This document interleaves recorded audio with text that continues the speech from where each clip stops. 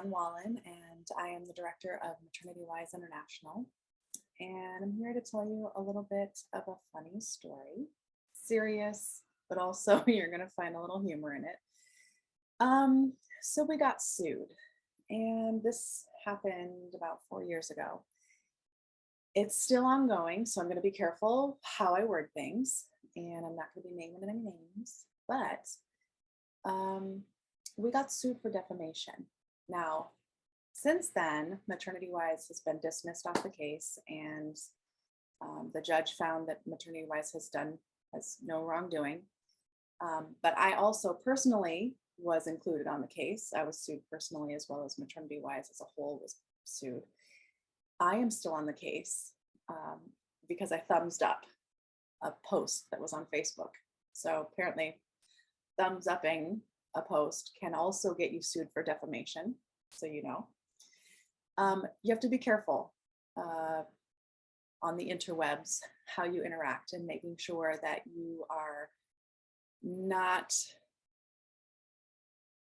well, if you look at the post that this is connected to on our blog, you'll see some definitions of what constitutes defamation. And one of the things that you have to be careful of is that you are making sure that you can prove the truth of what you are claiming.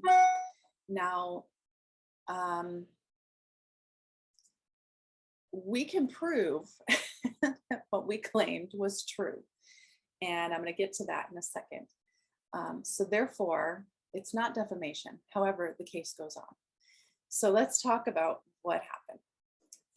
So 4 years ago, I was contacted by someone, a male, who wanted to take a doula training. I teach in Hawaii once in a while, providing doula training to people. And we provide labor, postpartum, breastfeeding, support training. And we were holding a doula training that year. Someone was hosting it for us in Hawaii, and we had this individual come to that training. He asked to come to that training in exchange for providing photography and videography services.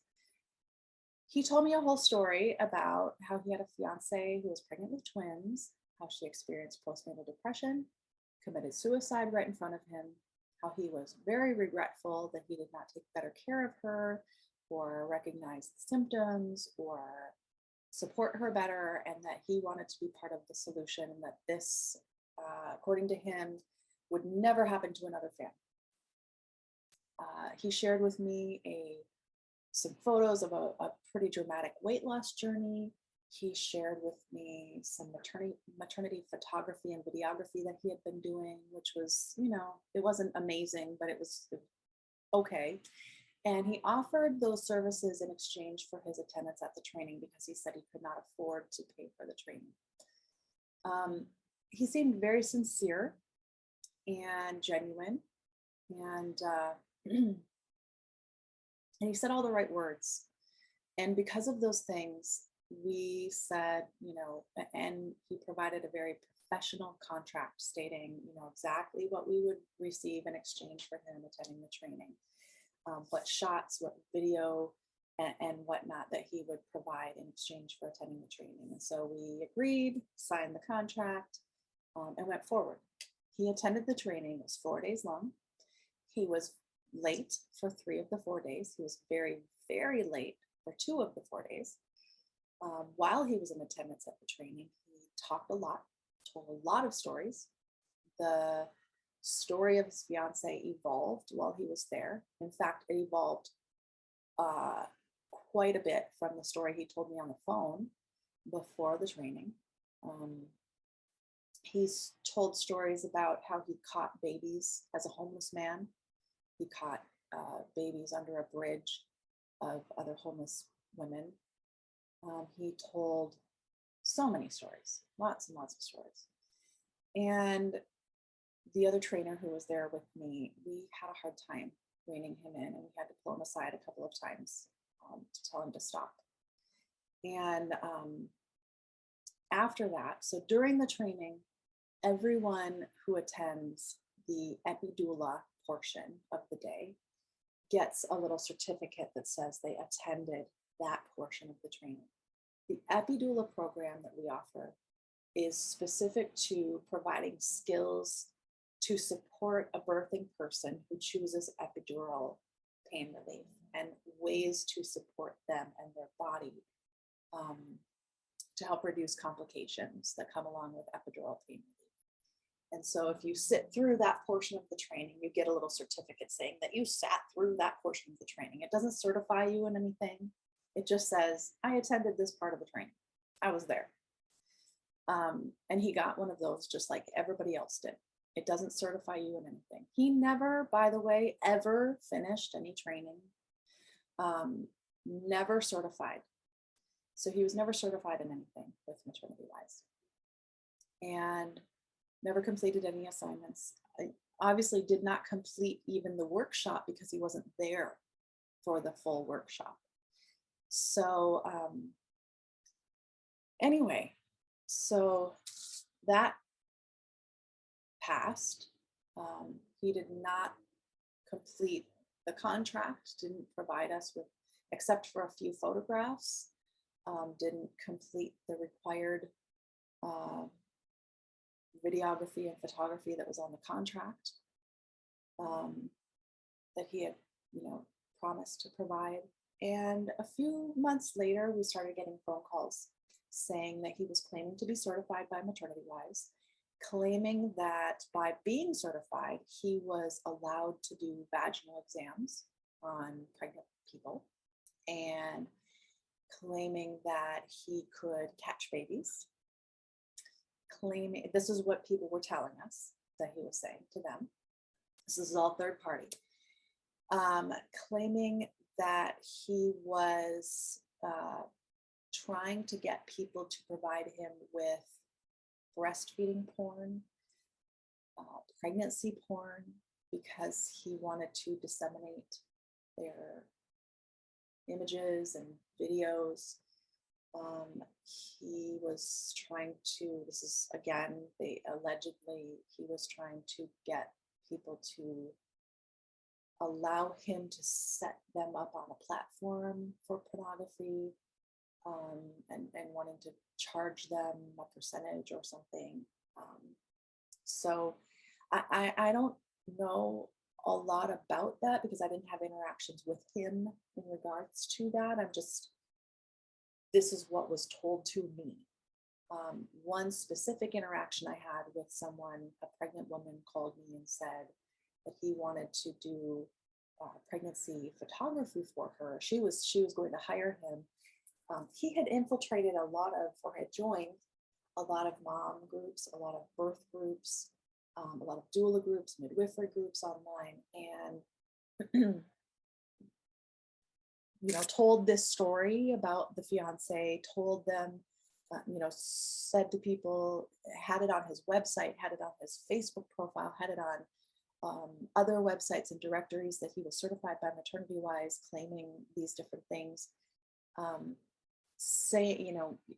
gaining the trust and using Maternity Wise to gain credibility in these groups.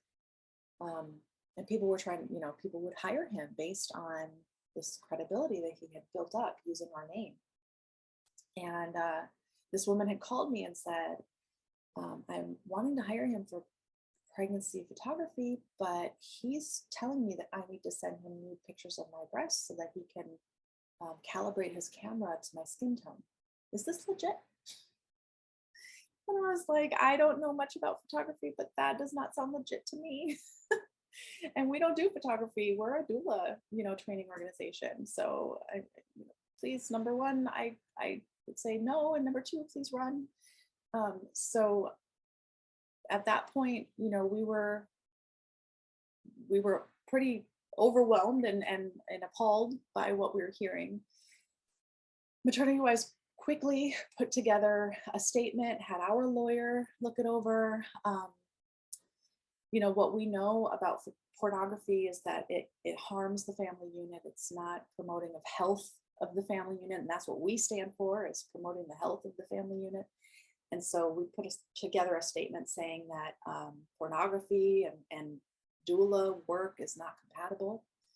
And the second part of that was that, claiming you're certified when you're not certified is a big no-no, no matter what industry you're in, And so we put that statement out, and that statement was shared over and over again.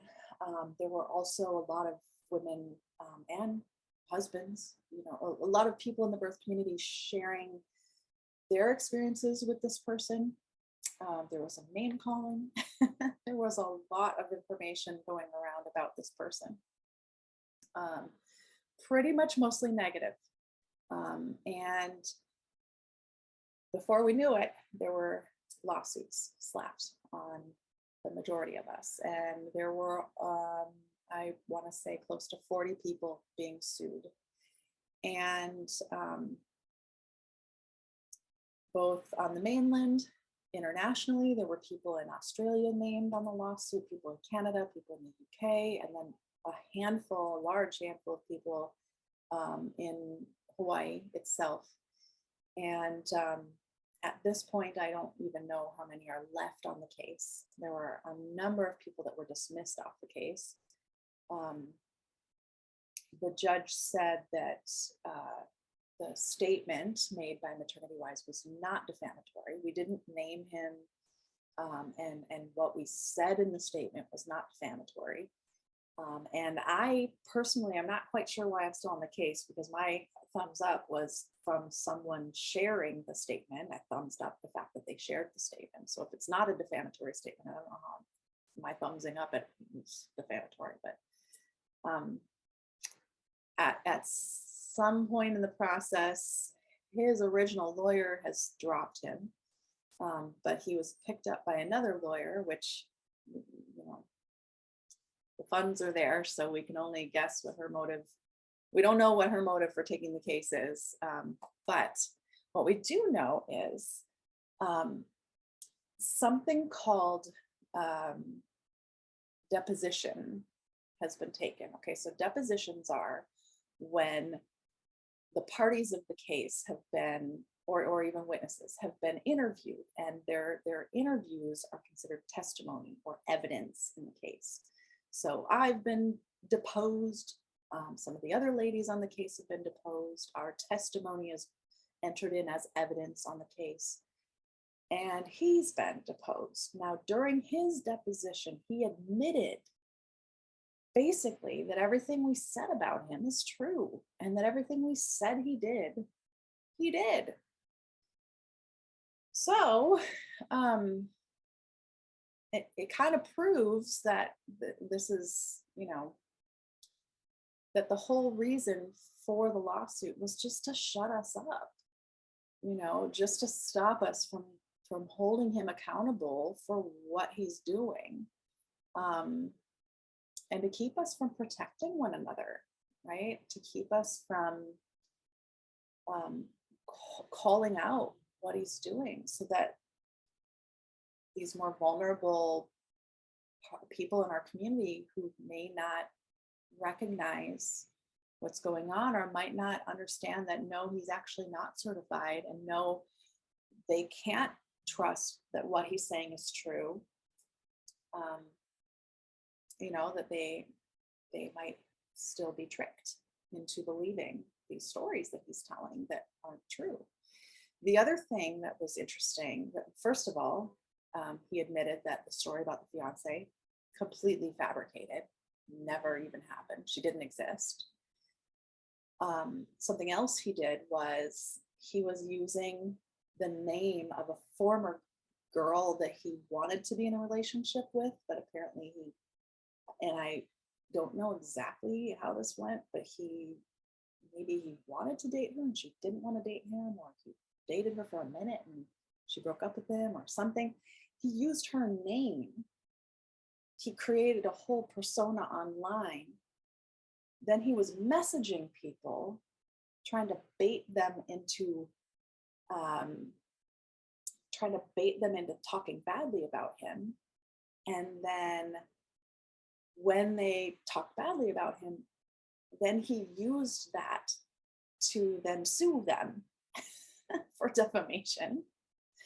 So crazy, so bizarre. So anyway, just really bananas. But we'll see where this goes. It's still an ongoing case. I'm going to include a link to the original Honolulu Beat article, so you can take a look at that. There's links to the actual case files that you can look those up online. They're public record. You can look at the deposition online, and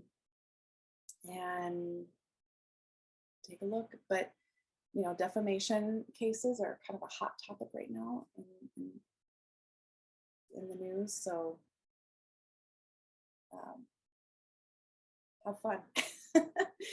I hope it was entertaining for you. Have a great Tuesday. And if you have any questions, let me know. But be careful online, folks. Be careful of what you talk about and how you talk about people. And make sure that if you are saying anything, that you are basing it on truth and you can prove it. That's the lesson for today. See you later.